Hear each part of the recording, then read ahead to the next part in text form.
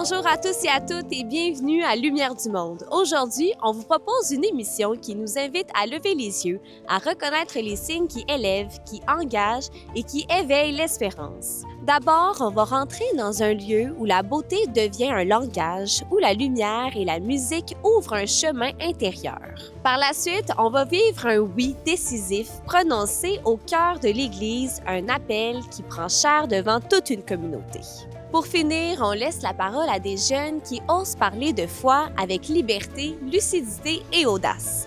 Beauté, appel, parole audacieuse, trois façons différentes où on va laisser Dieu nous rejoindre aujourd'hui. Bienvenue à Lumière du Monde et bonne émission!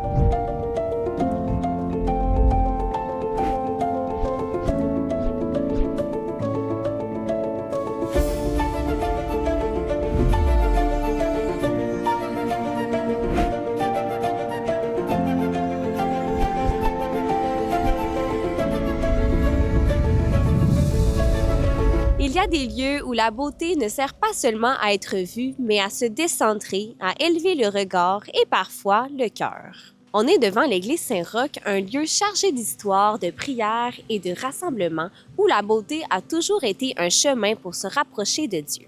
Aujourd'hui, cette église s'offre sous un regard nouveau, à travers la lumière, la musique et l'architecture. Une expérience imaginée par Moment Factory nous invite à rentrer, à contempler et à accueillir ce qui se dit au-delà des mots. Je vous invite maintenant à entrer dans l'expérience Aura qui se déroule à l'intérieur de l'église Saint-Roch.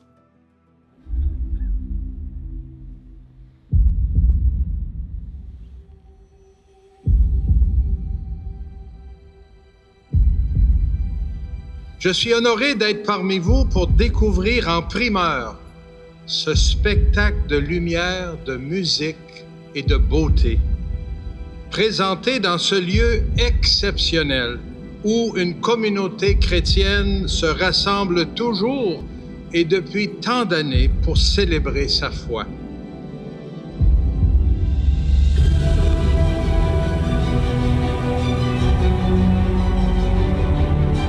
Je m'appelle Jonathan Saint-Onge, je suis directeur exécutif de Moment Factory Originals.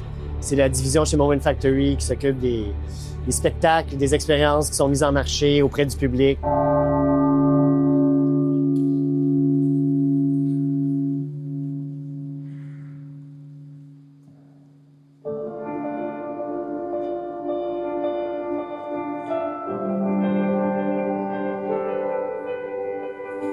Laissez-moi vous raconter une histoire à propos de la terre sur laquelle vous êtes. Ça fait longtemps qu'on veut faire un spectacle, une expérience à Québec. Saint-Roch, c'est une église magnifique. C'est en plein cœur de Québec. Donc pour nous, c'était un match parfait là, de pouvoir faire l'expérience ici. Dans la dernière année, évidemment, on veut participer à l'effort de revitalisation de Saint-Roch. Et donc, le lieu, vous l'avez vu, il y a un potentiel énorme. Et donc, Moment nous a approchés pour venir à Saint-Roch. On a travaillé ça. Là, ça fait 1 an, presque et demi, là, qu'on prépare le projet. Le quartier s'est reconstruit, vibrant de l'effervescence de ses manufactures, de ses commerces et de ses grands magasins, tenus par une communauté de fiers Canadiens français. Durant un hiver, un sport de glace a été inventé et toute la ville s'était prise de ces joueurs dont les prouesses soulevaient l'enthousiasme. J'ai vraiment trouvé ça touchant avec la musique. Ça a fait ressortir beaucoup d'émotions, je dirais. Mais c'était vraiment paisible. Puis je m'attendais pas que ça allait être autant grandiose. Que ça allait prendre toute l'église. C'était vraiment beau.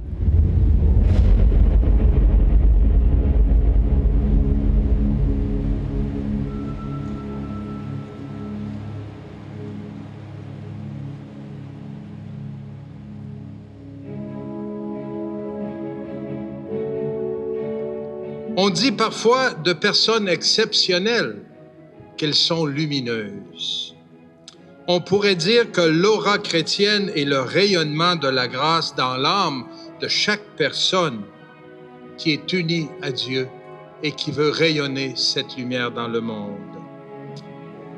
Notre monde a grand besoin de lumière pour rayonner célébrer et défendre la vie. Puisse ce spectacle qui est inauguré ce soir et cette expérience nous apporte à tous lumière et espérance. On a déjà l'expérience de gens qui arrivaient ici avant même le spectacle. Là. À cause de l'architecture, ils sentent comme une paix, une profondeur dans le lieu. Donc, déjà, ça vient rejoindre l'intérieur de la personne. Et là, le spectacle, dans la manière qu'il est déployé avec la musique, les effets sonores, la lumière et tout ça, bien, ça vient rejoindre le spirituel de tout être humain. Après ça, bien, je dirais le chemin spirituel que personne fera, ça lui appartient, ça appartient à Dieu.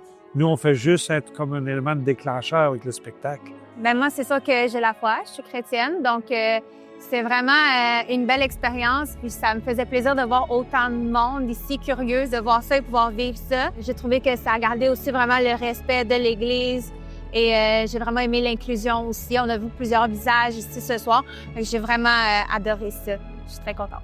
Ce qui est intéressant dans le projet, ce pourquoi on a accepté le projet, ça respecte fondamentalement la première vocation de l'Église, qui est un lieu de culte. Donc, le côté innovant, c'est culte et culturel, en respectant les deux. Et donc, les horaires de spectacle et tout ça sont faits en négociation, en dialogue, pour favoriser et le culte et les spectacles en soirée, pour le tourisme et d'autres types d'expériences. Le titre de cette expérience, Aura, évoque bien la lumière. Dans notre tradition chrétienne, l'essai rayonne de la présence de Dieu. Il ne s'agit pas seulement d'une énergie au sens ésotérique, mais d'une grâce, d'un cadeau, d'un don de Dieu, la lumière. La première parole qu'on entend, que la lumière soit. Et la lumière fut. En fait, c'est que d'abord, l'intuition artistique dans le spectacle, on voit sans le dire, c'est le récit de la création. Et l'idée de l'harmonie entre l'être humain et sa planète. Donc, je voyais dans ça un message du pape François aussi, dans comment être en harmonie, prendre soin de notre maison commune. Et donc, un message de ce niveau-là qui est partagé à travers le spectacle comme tel. Et aussi, l'architecture est tellement splendide, ça élève et donc ça permet d'accueillir un spectacle d'envergure comme ça. Notre démarche, c'est vraiment de faire découvrir ou de faire redécouvrir des lieux, des environnements qui sont déjà connus, qui sont déjà existants, mais de leur donner une nouvelle lumière. C'est d'amplifier des espaces existants. La démarche ici, c'est de faire en sorte que l'Église devienne le personnage principal, puis de faire vivre son histoire, son architecture, tout son symbolique culturel à travers la mise en lumière que nous on fait. L'idée, c'est aussi de créer ces liens-là avec le public.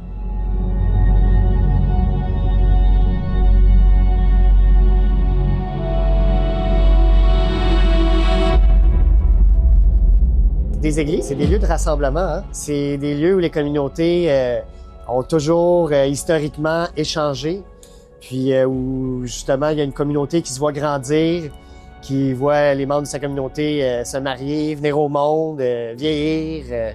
Alors pour nous, c'est ça le symbolique. Puis en la mettant en lumière, oui, ça fait éclore tous ces aspects-là de communauté, puis de vivre des expériences en public. Puis on veut rassembler les gens dans des lieux, puis leur faire vivre des expériences puis des émotions ensemble. Puis quand on les amène dans un lieu comme une église, évidemment que c'est magnifique. Alors ça fait ressortir tout un côté, la beauté du lieu, mais aussi sa spiritualité.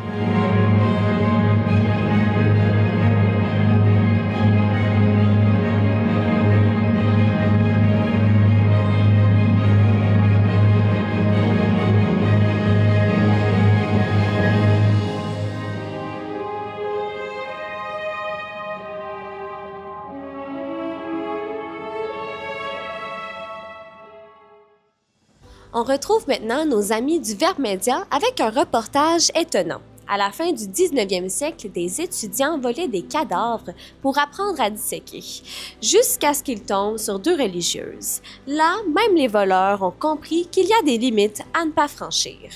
Le Verbe continue de nous surprendre en conjuguant foi catholique et culture contemporaine pour témoigner d'une espérance bien vivante. Pour en voir plus, vous pouvez aller visiter leur site web.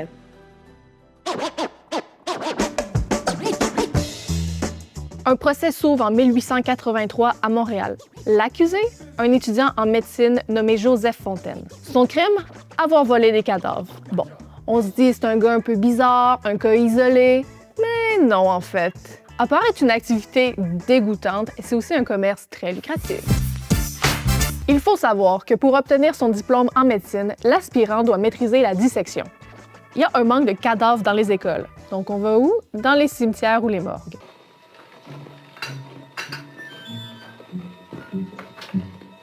Les écoles finissent même par acheter des cadavres à ces résurrectionnistes. Certains vols font plus jaser que d'autres, comme la fois qu'une veuve d'un ancien officier disparaît de la morgue. La population est choquée. Et quand je dis choquée, je parle qu'ils veulent faire brûler l'hôpital. Rien de moins.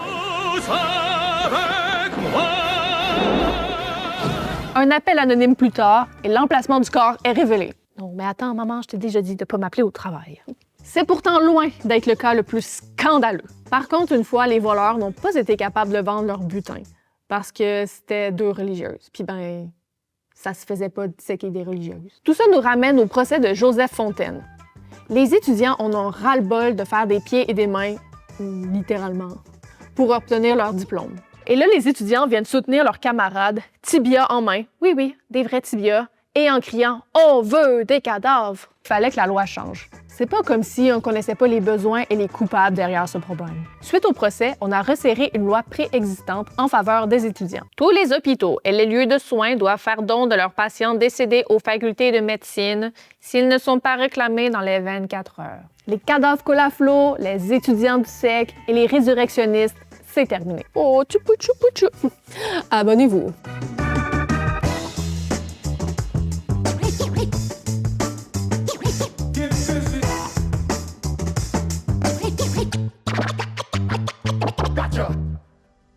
On est maintenant dans la cathédrale de Québec, un lieu central de la vie de l'Église d'ici où se vivent depuis des générations des moments fondateurs de foi et d'engagement. À l'automne dernier, cette cathédrale a été le témoin d'un appel qui prend corps.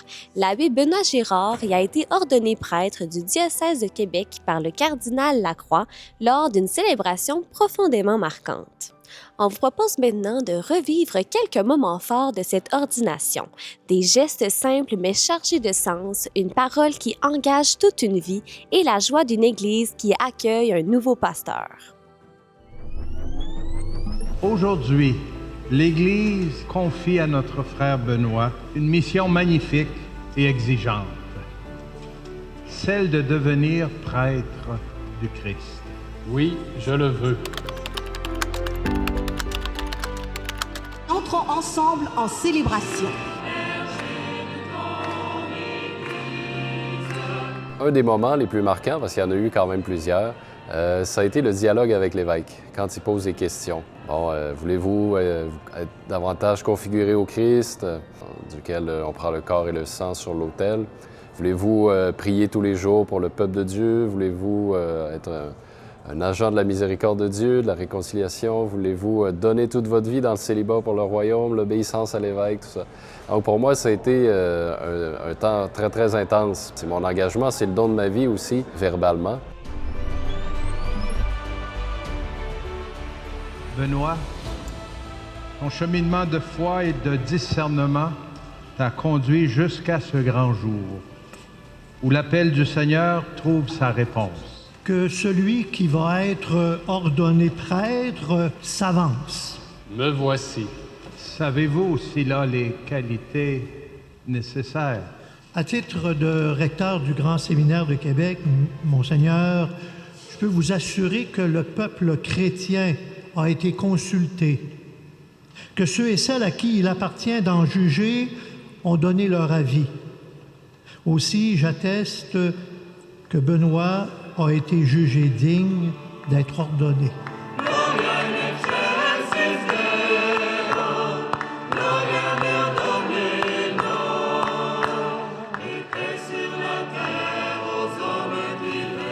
Benoît, tu n'entres pas dans un métier, mais dans un ministère.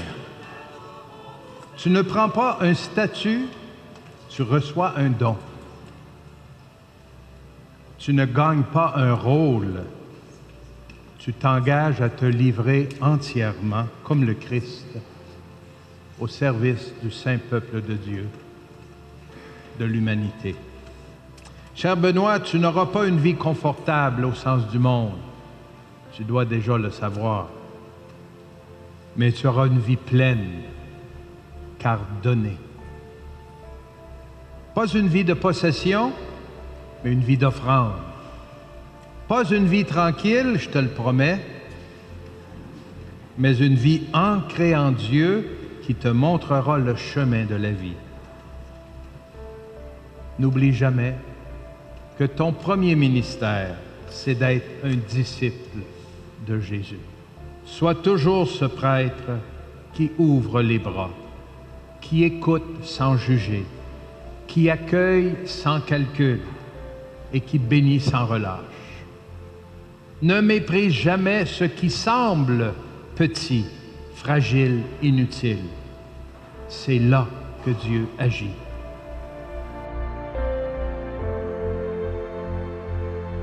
En fait, pour ma plus grande espérance pour ceux que je vais servir, c'est qu'ils rencontrent le Seigneur. Puis je sais, en fait, que c'est possible encore en 2026, parce que Jésus, en fait, il est toujours vivant. On peut toujours le rencontrer, peu importe dans la situation dans laquelle on se trouve. Et moi, en fait, c'est ça ma plus grande espérance. Jésus-Christ qui est vivant et qui veut rencontrer, qui veut guérir les cœurs, qui veut libérer, qui veut sauver. À travers mon oui, mon petit oui, mon ministère, en fait, que je veux aussi lui permettre, en fait, de rejoindre les cœurs, de transformer le monde dans lequel on se trouve en annonçant la bonne nouvelle. Cher Benoît, tu seras prêtre pour rendre présent le Christ, pour célébrer les mystères de la foi, pour enseigner, pour accompagner, pour consoler, pour porter l'espérance là où elle vacille. Mais avant tout cela, souviens-toi que tu es appelé à aimer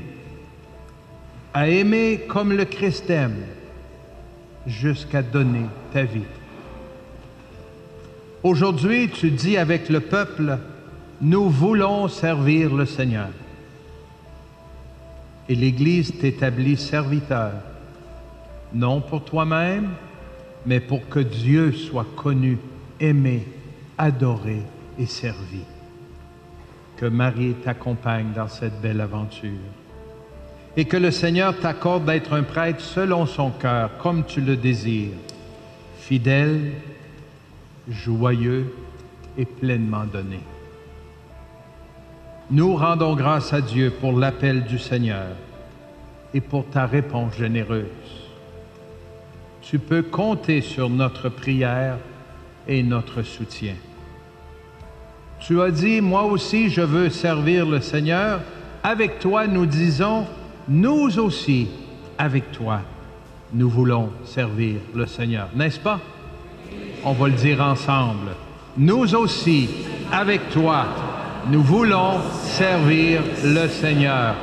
As-tu bien compris? On va le redire une autre fois. Nous aussi, avec toi, nous voulons servir le Seigneur. Fils bien-aimé, avant d'être ordonné prêtre, il convient que vous déclariez devant l'Assemblée votre ferme intention de recevoir cette charge. Voulez-vous devenir prêtre, collaborateur des évêques dans le sacerdoce, pour servir et guider sans relâche le peuple de Dieu sous la conduite de l'Esprit Saint? Oui, je le veux. Que Dieu achève en vous ce qu'il a commencé. Seigneur, prends pitié. Seigneur, prends pitié. Ô Christ, prends pitié.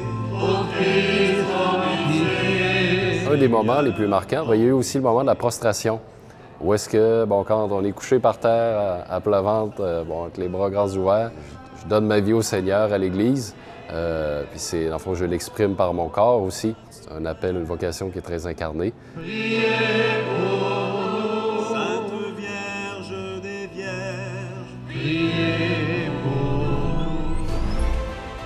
Nous t'en prions, Père Tout-Puissant, donne à ton serviteur que voici d'entrer dans l'ordre des prêtres. Répand une nouvelle fois au plus profond de lui-même l'esprit de sainteté. Il y a quand même énormément de moments où est-ce que j'ai senti que le Seigneur m'a rejoint, m'a donné des grâces de consolation. Il y en a une en particulier, c'est quand j'avais 22 ans, quand j'ai fait mon retour à la foi. J'avais arrêté de pratiquer, j'avais arrêté de prier, j'avais arrêté d'avoir une relation personnelle avec Dieu, dans le fond, pendant plusieurs années, depuis mon adolescence jusqu'à mon début de l'université. Puis c'est quand j'ai vécu le sacrement de la réconciliation pour la première fois depuis ma confirmation, quand j'ai tout dit au prêtre comme ça, au Seigneur, en fait, à travers le prêtre, c'est quand il m'a donné le pardon, c'est là, en fait, que j'ai senti un amour infini m'envahir. Je me disais, wow, OK, Dieu existe, c'est Jésus, il m'aime. Et puis, si quelqu'un lui donne toute sa vie, il peut être heureux. Donc, ça a été, en fait, une grâce particulière, comme un nouveau départ pour moi dans ma relation avec Dieu, et qui m'a amené, après ça, à me poser la question de la vocation, pour moi aussi, à mon tour, pouvoir dispenser la miséricorde de Dieu dans le sacrement de la réconciliation. Ça va prendre un peu de pratique. Recevez l'offrande du peuple saint pour la présenter à Dieu. Ayez conscience de ce que vous ferez. Imitez dans votre vie ce que vous accomplirez par ces rites et conformez-vous au mystère de la croix du Seigneur. Notre nouveau prêtre.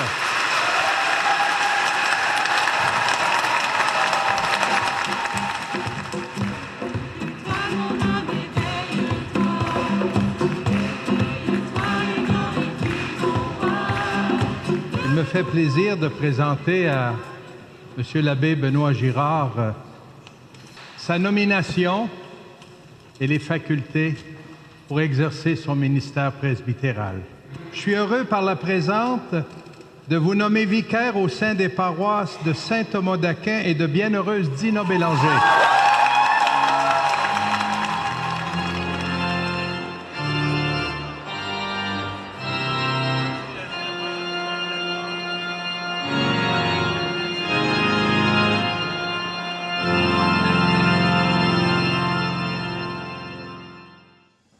On parle souvent de la foi comme d'un héritage du passé, mais sur les réseaux sociaux, quelque chose de vivant est en train de se passer. Avec le projet Accent Catho, des adolescents prennent la parole sans détour pour parler de Dieu, de leurs questionnements, de leurs convictions, avec leurs mots, leur culture et leur audace. On vous propose maintenant 2 courts extraits où on va faire la connaissance de Madeleine et de Philippe, 2 jeunes qui osent dire ce qu'ils croient et surtout pourquoi ça compte pour eux. Commencez par vous aimer vous-même. Je reconnais devant toi le prodige, l'être étonnant que je suis, dit le psaume 138. Chaque personne a une importance capitale aux yeux de Dieu parce qu'il les aime comme ses fils et filles bien-aimés. Si Dieu avait voulu nous faire comme des robots ou encore comme des simples esclaves, il l'aurait fait sans problème. Pourtant, ce n'est pas ça qu'il a voulu et nous le voyons bien par notre libre arbitre. Il se peut qu'en ce moment, vous avez de la difficulté à vous aimer ou à aimer les autres. Mais ne paniquez pas et commencez par vous aimer vous-même, parce que c'est en ayant quelque chose qu'on peut le donner.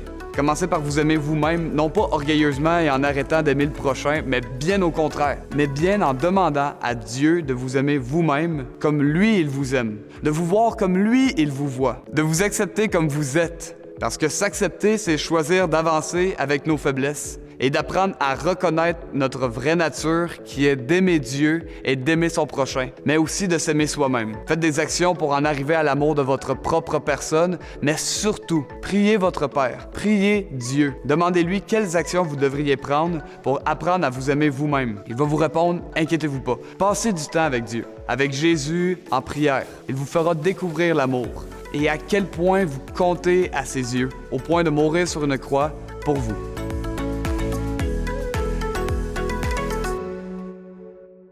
Attention, Catherine n'est pas née dans la ouate. Je veux te parler aujourd'hui de la première scène canadienne autochtone. Sainte Catherine Tekakwitha. Attention, Catherine n'est pas née dans la ouate. Sa mère était une prisonnière de guerre et son père était chef d'une tribu iroquoise nommée les Agniers. Née vers 1656, elle a perdu ses parents de la variole alors qu'elle avait seulement 4 ans et elle a gardé ses traces de cette maladie toute sa vie. Comme Catherine est encore enfant, elle rencontre des missionnaires jésuites venus partager la foi en Amérique et elle se sent attirée vers la religion chrétienne. C'est à ce moment que Catherine est introduite à la vie de foi et de prière et qu'elle développe une dévotion particulière pour la Sainte Vierge. C'est à l'âge d'environ 20 ans, le 5 avril 1676, que Catherine reçoit le baptême. Avec d'autres autochtones convertis au christianisme, elle décide de quitter la tribu pour fuir la persécution de son oncle et de sa tante qui veulent la marier alors qu'elle désire plutôt se consacrer à Jésus dans la virginité, ce qu'elle fera quelques temps plus tard. Âgée seulement de 24 ans, le 17 avril 1680, Catherine meurt après avoir intensément intercédé dans la prière et la pénitence pour la conversion des autres autochtones. Après sa mort, non seulement les traces de la variole disparaissent, mais plusieurs miracles se produisent grâce à son intercession. Reconnue pour sa foi et sa ferveur, n'hésitons pas à prendre Sainte Catherine Tekakwitha comme puissant modèle de dévotion et de piété. Aujourd'hui, Lumière du Monde se termine un peu différemment parce qu'avant de se quitter, j'aimerais vous partager quelque chose d'un petit peu plus personnel. Cette émission est la dernière que j'ai la joie d'animer avec vous parce que dans quelques semaines, je partirai pour le Chili pour une mission professionnelle. Un appel que j'ai discerné, accueilli et qui m'invite à me laisser déplacer littéralement et aussi intérieurement. Après cette mission, d'autres projets s'ouvriront pour moi, des chemins nouveaux encore en devenir, mais qui ne porte déjà et que je reçois comme autant d'occasions de grandir, de servir et d'aimer. Avant de partir, je veux simplement vous remercier. Merci pour votre fidélité d'émission en émission. Merci pour les mots, les rencontres et cette lumière que vous portez chacun à votre façon. Merci aussi à toute l'équipe de CDQ.tv, des collègues qui sont devenus des compagnons de route pour leur confiance, leur créativité et leur cœur. Lumière du Monde, c'est plus qu'une émission, c'est une mission partagée. Je suis profondément heureuse et reconnaissante d'avoir marché avec vous dans cette mission.